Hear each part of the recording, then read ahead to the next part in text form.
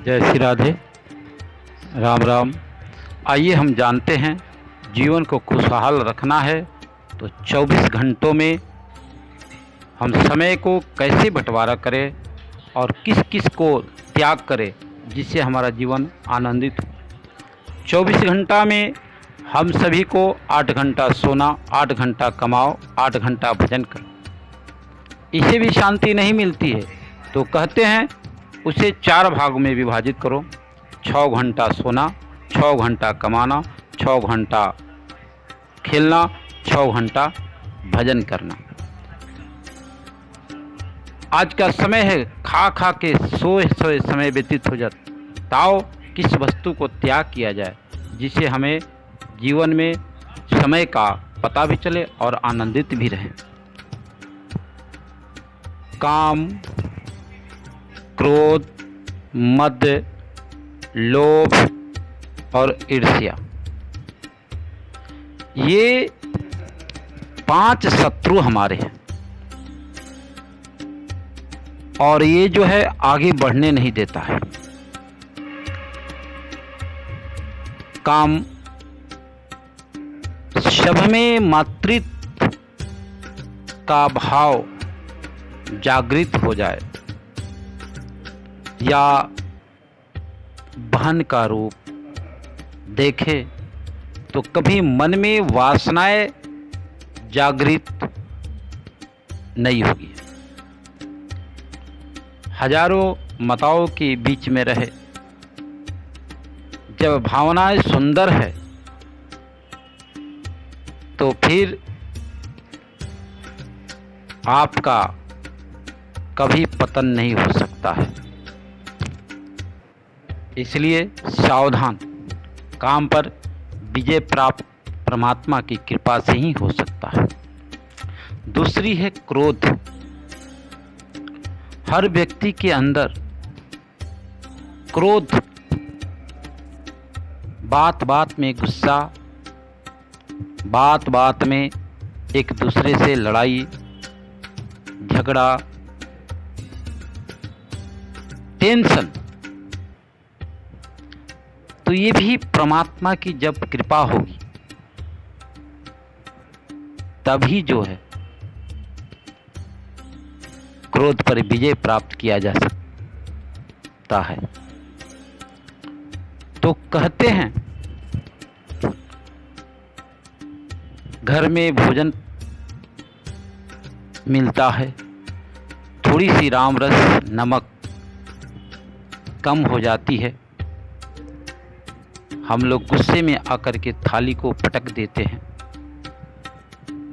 थाली भी चकनाचूर, अन्न भी बर्बाद। एक पल का क्रोध आपके भविष्य को बिगाड़ सकता है। इसलिए सावधान। क्रोध भी आए तो गीता के सानिध्य में जाओ, 1-2 श्लोकों का स्मरण करें, क्रोध शांत। आगे आता है मद। मद क्या है? घमंड। व्यक्ति के पास धन आ जाए तो भी मद, बल आ जाए तो भी मद, ऐश्वर्य मिल जाए तो भी मद, रूप मिले तो भी मद, जवानी मिले तो भी मद। मद इतना पतन का कारण कभी कभी हो जाता है कि उसकी कोई गणना नहीं। इसलिए मद युक्त रहो। अगर विशेष आपके पास कोई वस्तु की अधिकता हो जाए तो परमात्मा से प्रार्थना करो। परमात्मा ही आपके सारे सद्बुद्धि को प्राप्त कर सकते हैं। वृक्षों की तरह झुकने की आदत डालें। जिस प्रकार वृक्ष में फल लद जाते हैं तो वृक्ष झुक जाते हैं, उसी प्रकार जब आपके पास विशेष वस्तु की प्राप्ति हो जाए तो नम्र हो जाओ, और नम्रता जब प्राप्त हो जाएगी तो इस पूरे विश्व की आप शहंशाह बन जाओगे।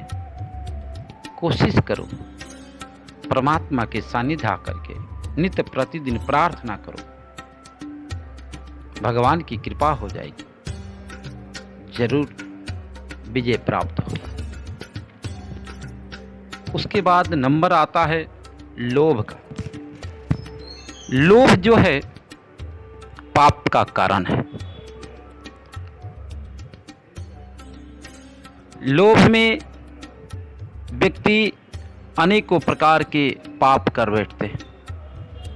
आज हमारे पास 1 लाख है तो कल 2 लाख की चक्कर है, 3 लाख की चक्कर है, 10 लाख की चक्कर, और उस पैसे को लाने के लिए हम कुछ भी करने को तैयार। कितने को कष्ट देते हैं, यहाँ तो कि कितने को दुख भी देना पड़ जाता, तब जाकर के धन जो है एकत्रित होता है। यही लोभ का कारण है। और लोभ में पाप निश्चित हो जाता है। इसलिए सावधान, भगवान की भक्ति करो, भक्ति में शक्ति है, परमात्मा जरूर देगा। आपकी सारी व्यवस्था परमात्मा करने वाला बैठा है। ये धरती आपकी नहीं है, परमात्मा की दी हुई वस्तु है। ये सूर्य की शक्ति जो हम लोग प्राप्त करते हैं, ये परमात्मा की शक्ति है। रात्रि में जो ये प्रकाश है, ये भगवान की भक्ति है और उनकी शक्ति है। और अनेकों प्रकार की जो हमारे अंदर की जो व्यवस्थाएं परमात्मा दी है, ये सब परमात्मा की शक्ति है। उन्हें हमें धन्यवाद कहना चाहिए। प्रभु, एक छोटा सा कोई उपकार करता है तो कितनी नाम लेता है, लेकिन परमात्मा तो आपको सब कुछ दे करके मौन है। बस उनका नाम अवश्य लिया करो, उसी में आपका कल्याण है। आगे बताते हैं ईर्ष्या। ईर्ष्या यानी जलन स्वभाव।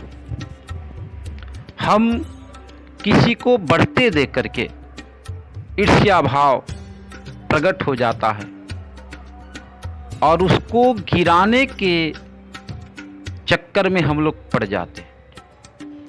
वो कैसे गिर जाए? अरे भगवान ने आपको हाथ, नाक, मुंह, कान, जीभ सब दिया है। किसी के प्रति जो हमारे जलन स्वभाव है, यही हमें कष्ट देता है। और मानव की एक ऐसी विडंबना है, वो जितना अपने दुख से दुखी नहीं है, वह दूसरे के सुख से वह दुखी रहता है। तो दूसरा ने जो कर्म किया है, उस फल की प्राप्ति वह पा रहा है। इसलिए हमें ध्यान रखना चाहिए कि हमें भी सुंदर कर्म करें और जीवन में नाम कृति को प्राप्त करें। दूसरों को दे करके जले नहीं, ईर्ष्या न करे, प्रयत्न करे, परिश्रम करे, सफलता जरूर मिलेगी। इसलिए जीवन में कभी घबराए नहीं, 5 के ऊपर कंट्रोल करके और सोच समझ करके जीवन को आनंदित के साथ जिया करें। जय श्री